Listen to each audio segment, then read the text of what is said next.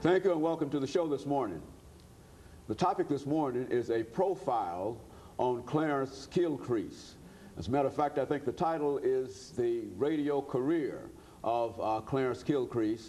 And of course, we have with us to give us that information Mr. Clarence Kilcrease himself. And of course, Clarence, let me welcome you to the show this morning. Thank you, Dr. Haney, and let me say thank you for the invitation. You know, I think, Clarence, you are well known throughout the community and throughout Tennessee, and indeed many other areas outside of community in Tennessee. And so I think it's a real privilege for us to have you here tonight, this morning, to talk about what we consider to be some very, very important information dealing with not only your radio career, but the kind of information and the light that you might be able to throw on exactly how to do certain things dealing with making success in a viable radio career. And so let's start that off by giving you an opportunity to talk about Clarence Kilcrease, to talk about your background, your education, and some of the things that were important in terms of your career, eventually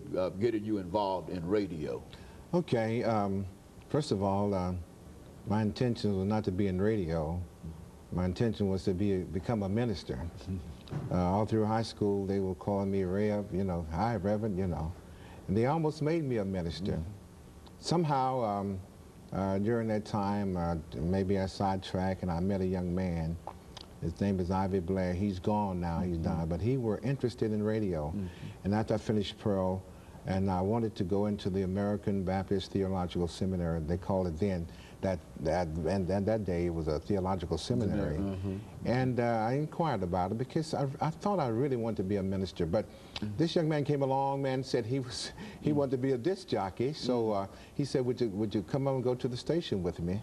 So I did, and I'll never forget, I was just finished, almost finishing high school, and went to a station called WSOK. WSOK. And I went over there, man, I saw all this fascinating equipment, these guys, you know, and he was talking to the disc jockeys about how to get in school and etc. So I said, man, this is interesting. So I began to think about it, you know, because my mind really wasn't made up. But after I went to the radio station, I changed my mind and say, I think I want to go take this as make it a career. At that time, there were no schools, radio schools, so there was a school called the Tennessee School of Broadcasting, and they were sending out applications to all the white schools, but not to the black schools. So this young white boy I knew gave me this application, filled the application out, and they refused the application. So I said, man, so, you know, it was sort of setback to me, you know, because at that time I couldn't understand it, you know. But there was a guy named John Richburg who was a known radio personality, which LAC was 50,000 watts, covered the whole United States, you know. And he had just started a radio school. And he gave us a chance to enter his school. And Ivy and I, we finished his school. And during that time, we got a little program, 30 minutes a piece, called Mr. Tune and Mr. Teen. He was Mr. Teen, I was Mr. Tune. So he gave us a break. Now, 30 minutes every Sunday, man, and you're talking about excited. So exciting, and I thought this will give me a chance. Didn't know how far I would go at that time, you know. But from that day on, man, I began to just move on, and you know, and I thought I went to the top because I got as high as GM, a radio vice president, GM, a radio station, where able to do a lot of things for a lot of people. So that's the first start of my career in radio. Yes. You know, Clarence, I think in terms of dealing with radio, you've already indicated, I think, earlier when you talked about the rejection of your application. Yes. But I think what we'd like to do during this period, this segment as well as the next segment, is to talk about some of the problems or some of the challenges that you find in for African Americans and for perhaps other minorities, and not only African Americans, perhaps women and others who would like to also become involved in radio. I mean, what are some of the things that you can say about how to get involved? Let me say this, and since you mentioned that, you know, at that time we were very limited as far as broadcasting were concerned. There were no blacks in television, very few. And this is when Oprah Winfrey came along, came to the radio station at one time. At that time I was the GM and the vice president of the radio station. A lady named Drew Smith came to a radio station with Oprah, wanted me to sponsor Oprah. I think it was Miss Fire Prevention. And so at that time I did. I called my owner. It was only $50 and asked him if he would sponsor her. He said no. So I remember taking $50 out of my pocket. Back then, $50 was a lot of money. And I sponsored her in Miss Fire Prevention. However, she was taped by one of the other guys, and they brought the tape to me and said, come over and listen to audition tape. And at that time I had a young lady from TSU had applied for a job in the news guy because I wanted a news person, wanted to be a female, and I had hired her as to become a news reporter. And I heard Oprah, and I said, man, this is something different, something unique, and I hated, my worst job was to tell this young lady that I had changed my mind and was going to hire someone else. And at that time, the FCC was bearing down on TV stations for not hiring blacks. Understand? So the first time they called her, and I said, Oprah, maybe you're not ready. Maybe you should, you know, spend a little bit more time here. But see, and then about 3 months later, they called her back. And see, this TV station that called her killed two birds with one stone because she was black and she was female. But they was very limited, and I remember so well when the FCC came down on all the television stations, said, open your doors, because blacks are very limited. So this is a starting, this is when I first dawned on me about, look, we should excel in broadcasting.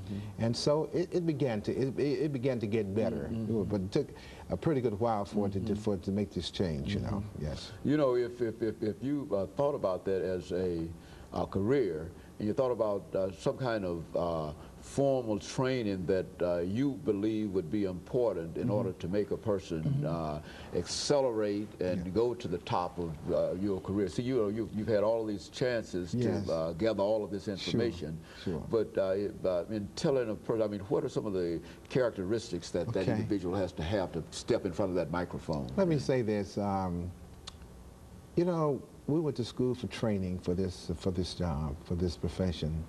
But there were guys who walked off the street who just had a gift. Had a gift. I recall a young man from Philly, he was going to TSU, called the Seventh Son. This young man came in and told me he had a big radio career in Philly, and you know, he just came down to go to school, and I checked on him, he had never been inside a radio station. I hired this young man. This young man came on and just took the city by storm. These are special people. Now, everybody can't do this, but in today's radio, you've got to have the training. You've got to have the training because there are so many new techniques now. You got to be able to meet the challenge. You know, you don't expect now to start here and just stay here because the opportunities are open everywhere, you know, for the big networks.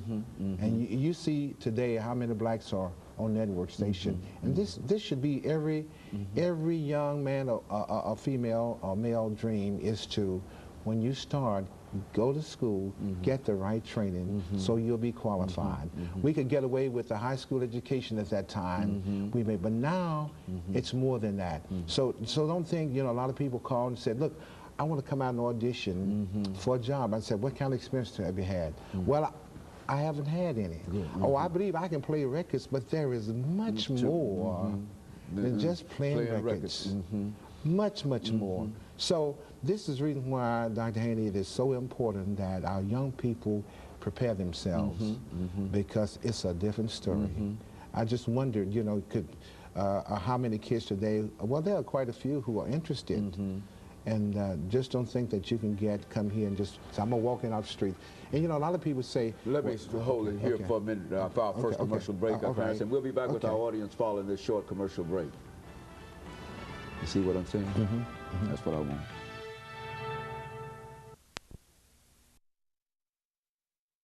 Thank you and welcome back to